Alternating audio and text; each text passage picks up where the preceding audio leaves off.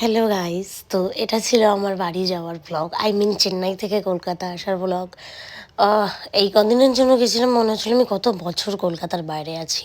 R the worst thing is the food. Oh my god, আমার যে কি খারাপ লেগেছে ওখানকার খাওয়া দাওয়া, আই কান্ট এক্সপ্লেন ইট। যাই হোক, আমি এয়ারপোর্টে চলে এসেছি, বাড়ির জন্য কিছু ডোনাটস নিয়েছি, কজ আমি তো আর কিছু নিতেই পারলাম না। আর কিছু ফ্রিজ ম্যাগনেটস নিয়েছি, কজ আমার ফ্রিজ ম্যাগনেটস জমানোর খুব ইচ্ছা আছে। আর এই যে তোমরা যে প্লেনটা দেখছো রেড কালারের, আমরা এই ফ্লাইটটাতে এসেছি। আর আমরা টিকিট বুক করেছিলাম ইন্ডিগোর।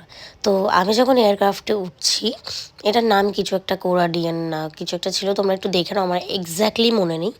দেখতেই পাচ্ছ ভেতরটা ইন্ডিগো, বাইরেটা ওরকম। তো যখন আমি এয়ারক্রাফটে উঠছি, আমি ক্রুকে আস্ক করলাম যে এটা তো ইন্ডিগোর এয়ারক্রাফট না। তখন বললো এটা অপারেটেড বাই ইন্ডিগো। আমি আচ্ছা আচ্ছা।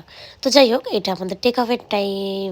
দেখো, একটু ভয় লাগে টেক অফের সময়, বাট ফার্স্ট টাইম একটুখানি লেগেছিলো, আজকে ওই দিনকে অতটা লাগেনি।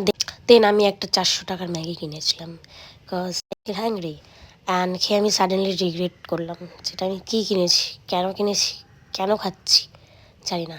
এটা হলো আমার শহর কলকাতা। গাইজ, আমরা না নেমেছিলাম ওই চিনার পার্কের ওই সাইডটা দিয়ে, চিনার পার্কে যেখানে স্পেন্সার্সটা আছে ওখান দিয়ে।